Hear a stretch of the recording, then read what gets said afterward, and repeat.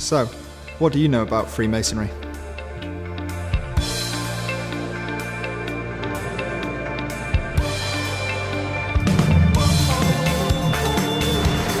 He has his friends and I have my friends, but but we get on together well.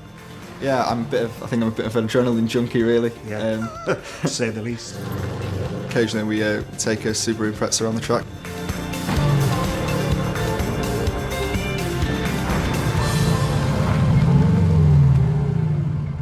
Sam knew that I was a Freemason, but he didn't really know a lot about it.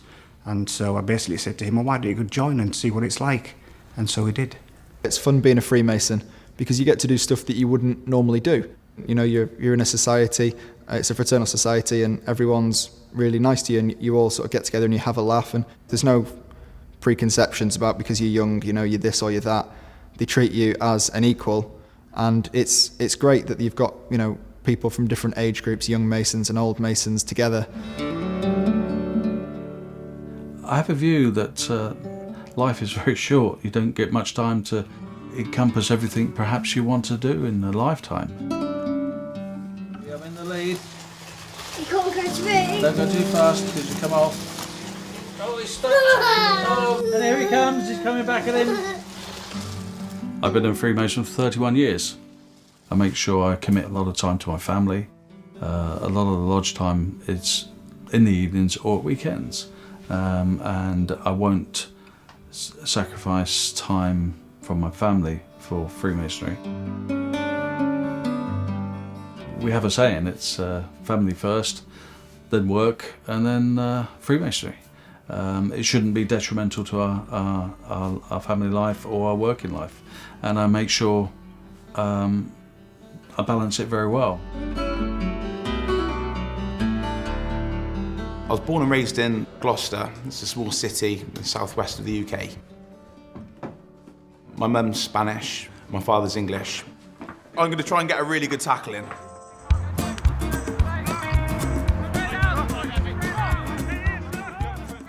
I spoke to my friend and asked about it. He spoke to me in great depth, gave me an insight into Freemasonry, and I thought, that sounds good, that's something I want to be a part of. The groups of people that you are with, it's called a lodge, and the lodge is just basically a group of friends, young, old, rich, poor. We're all just men that are just having a good time, and people that in life I probably would have passed in the street, never even spoke to, never even exchanged comments, thoughts, or sort of life stories. I run various businesses, a construction company, I'm partner in a recruitment company, and the part of the business that I prefer the most is the Art Behind Bars and Break the Chain, which is a prisoner rehabilitation scheme. This is work that I've done previously before being a Mason. Being a Mason's given me the motivation, skills to do what I'm doing and continue it. I'm Stephanie Chambers, Alistair's wife. Tonight we're going to a Freemasons ladies' night. Initially, before he joined, obviously there was a time where we were discussing it, which was nice, he involved me in. And we discussed it, we looked at things. I was concerned it might take up a lot of his time because we're short of time, 5 children. The business it's quite a busy household. But actually it hasn't. You look at why Freemasonry has been successful. I think it's much more to do with the common desire to behave properly, to look after each other and enjoy each other's company. And all that naturally leads to charity. But Freemasonry wasn't set up originally for charity. It's just been a completely natural byproduct of it. I can give you an illustration that with the Philippines hurricane, it gave £50,000 nearly on day one to the Red Cross. And the fact that it can react so quickly to these disasters is of enormous benefit to the charities which are the recipients. Charity is really important to me. My grandmother's been disabled since she was 18, and so it means a lot to be able to help other people. And I like to get involved as much as I can through my lodge and by myself. For example, last year I did the Movember charity. And there's a lot of things that we do through the lodge as well. We decide who we're going to give money to for what purposes.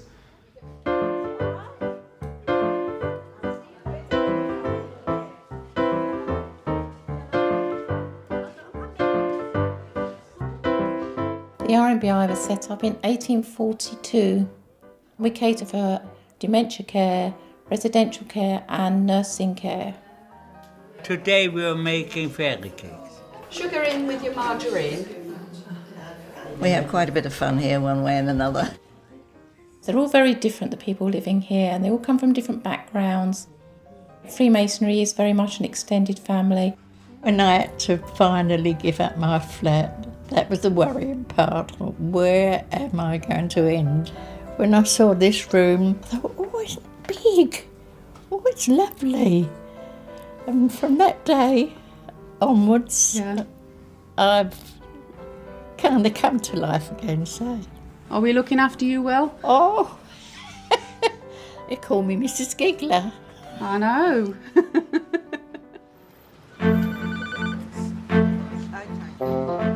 My wife had a serious allergic reaction. I raced her to A&E and they had to resuscitate her. An incredibly frightening experience. As a thank you, we thought, is there something we can do, particularly to help A&E, and particularly to help children who find themselves in such a frightening environment? I discussed that with my Masonic Lodge, and we came up with the idea of TLC, the simple idea of using teddy bears to take out the stress of a visit to A&E. Coming to a place like this is quite strange to them, quite stressful. Teddy bear, soft teddy bear, always softens the blow. You got babies coming in crying and you do everything that you could possibly do. You can pick any colour. When you see their faces, when you give them a teddy bear, it cuts down the assessment time just so you can just take your observations, heart rate, and it just makes them feel better. As soon as you give your teddy to a child, you know, that brings a smile to their face. Most children name the teddy straight away. One guy this morning, young chap, called his teddy hula hoop. So that was cool. We all have the same interests, which is helping other people and an interest in the history of Freemasonry, which has brought us all together. Since I became a member, it's been absolutely clear that history is extremely important. Freemasons' Hall in Covent Garden, our headquarters, was built as a monument to those who died in the First World War. The building is open to the public, as indeed are virtually all Masonic buildings throughout the country.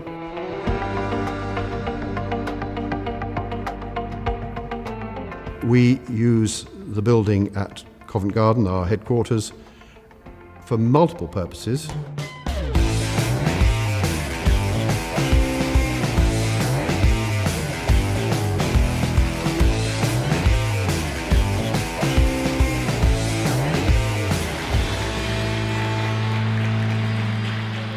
Is Freemasonry right for everyone? I would say yes, as long as you don't carry your preconceptions with you. Because there's a lot of people who have a certain way of thinking towards Freemasonry which is based on nothing. But if you open your mind to it and experience it, then absolutely it's for everyone. Everyone likes to have friends, everyone likes to help other people.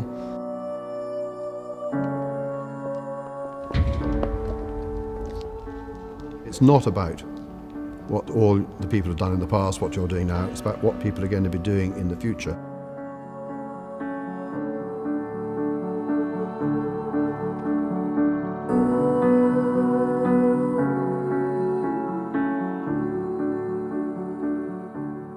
There are no political links. In fact, it's actually banned in a lodge to talk about religion or politics, as those are the two main things that people have such different opinions on. Regardless of how hectic your life is, you can put in and take out what you want to, and that's what I really enjoy.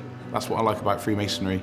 It's given me more confidence, confidence in my work and in other aspects of my life. You listen to people more, you're more open-minded, you do really become a better person.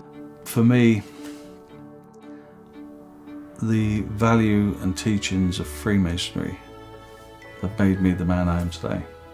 I think the one thing that a new person coming into Freemasonry can gain is a perception as to how they should behave towards this world in general. So, what do you know about Freemasonry?